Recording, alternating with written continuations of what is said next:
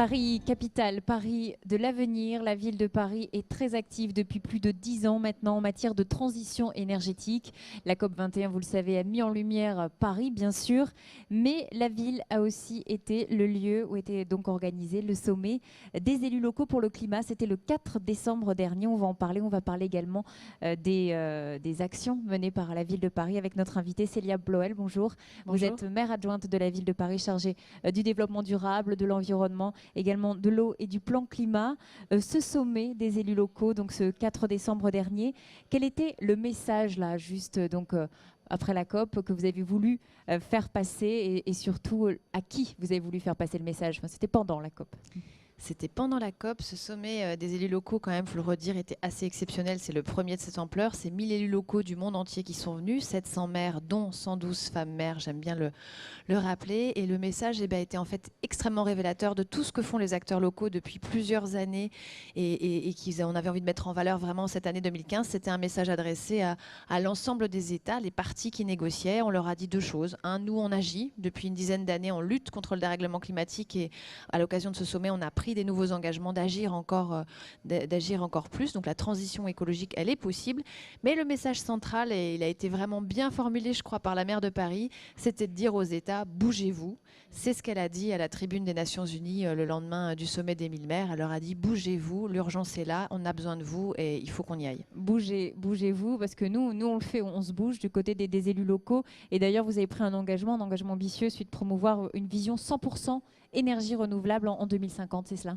Effectivement, oui, tous les élus locaux qui étaient là ont décidé de travailler sur cette vision de 100% énergie renouvelable. Maintenant, notre grande mission, à partir de 2016, c'est d'en écrire le chemin et de voir comment on va y aller. Et on est déjà bien en route sur ce chemin-là. Donc je disais, Paris a été mis en lumière quand même lors de cette COP 21, ce sommet des élus locaux. C'est une des grandes villes qui se bouge et qui est reconnue comme telle aussi. Mais vous n'êtes pas la seule grande ville du monde à mener toutes ces actions. Quelle image donc Paris a à l'étranger? C'est intéressant parce que je sais que vous voyagez beaucoup, vous rencontrez des délégations étrangères. Quelle image porte Paris?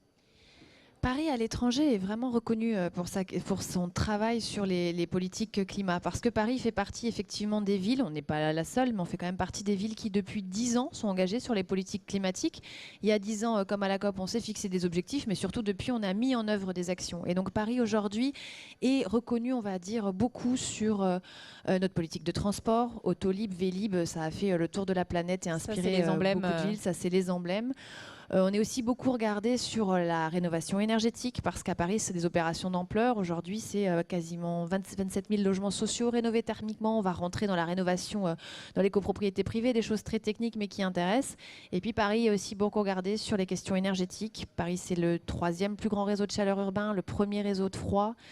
Donc du coup, on échange beaucoup techniquement sur ces sujets-là avec les autres villes. Et on se nourrit aussi du travail des autres. C'est vraiment ce qui est intéressant avec le climat, c'est que dans un monde éminemment compétitif, les villes sont dans la coopération pour essayer d'aller plus vite, plus loin dans cette lutte contre le dérèglement climatique. Et sur la question de l'eau, là aussi vous allez chercher, je crois, à l'extérieur de Paris? Effectivement, là aussi, il y a des actions qui sont menées. Alors la question de l'eau est effectivement extrêmement centrale à Paris parce qu'elle est vraiment au cœur du programme politique. Paris a repris en gestion publique, 100% public, son eau il y a 5 ans, à la fois parce qu'on voulait préserver le bien commun, mais aussi parce que l'eau est complètement centrale dans cette thématique du dérèglement climatique.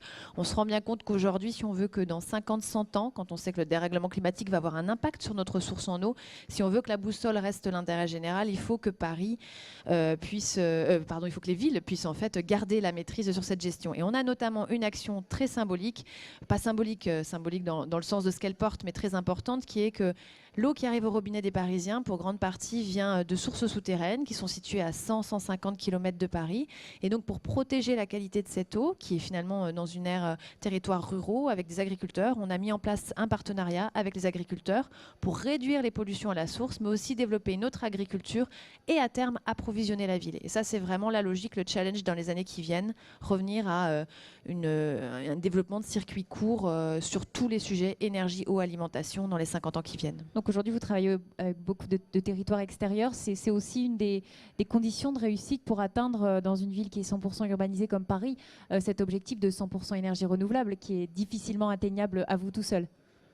Oui, je crois que tous les élus aujourd'hui dans des villes comme Paris, mais c'est aussi le cas, on en discutait avec mes collègues de Lyon, de Nantes, d'autres villes et d'autres villes dans le monde, on sait que cette transition écologique, on ne la fera pas tout seul et qu'elle passera beaucoup aussi dans les années qui viennent par le retissage de solidarité, de partenariat avec les territoires qui sont les plus proches de nous, voire au-delà, parce que demain, la question de la réduction de la dépendance énergétique, la question de l'approvisionnement, de la sécurisation de l'approvisionnement et alimentaire et en eau de nos villes, elle passera par ressouder aussi le lien urbain-territoire ruraux. Et ça, c'est vraiment le challenge des années qui viennent.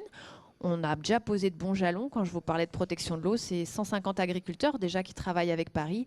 Et demain, on va aller bien plus loin. Mais là, encore une fois, il va falloir que l'échelle nationale et européenne se bouge, pour reprendre l'expression du départ, parce qu'on ne va pas y arriver tout seul. Il nous faut aussi des cadres, des moyens de financement, ou alors plus de décentralisation pour que cette transition écologique, elle puisse s'accélérer comme on le souhaite en post-COP21. Vous parlez des liens, donc des structures supérieures. Et quid des habitants maintenant, parce que c'est aussi la société qui doit être en mouvement pour se lancer et développer cette transition énergétique. Comment on implique les Parisiens dans une ville, voilà, des citadins quand même. Comment on fait? Ouais, des citadins qui, mine de rien, sont de plus en plus concernés, concentrés sur ces questions de la transition écologique. C'est d'ailleurs quand même un des grands thèmes de ces assises, c'est comment on remet encore plus d'humains dans nos politiques climat, quelle que soit d'ailleurs la taille de nos villes, et comment on implique de plus en plus. À Paris, là encore, on a posé des jalons, et des jalons sérieux. On a aujourd'hui un réseau qui s'appelle le réseau des acteurs du Paris durable. 8% de la population parisienne engagée dans des démarches de développement durable. Ça va de l'action individuelle, de je pose un compost avec mes voisins dans mon quartier, à je développe une start-up dans l'ESS, mais mine de rien, des gens qui sont rentrés dans cette dynamique seuls. Donc nous, on les accompagne, on les met en réseau, on les aide à développer ça.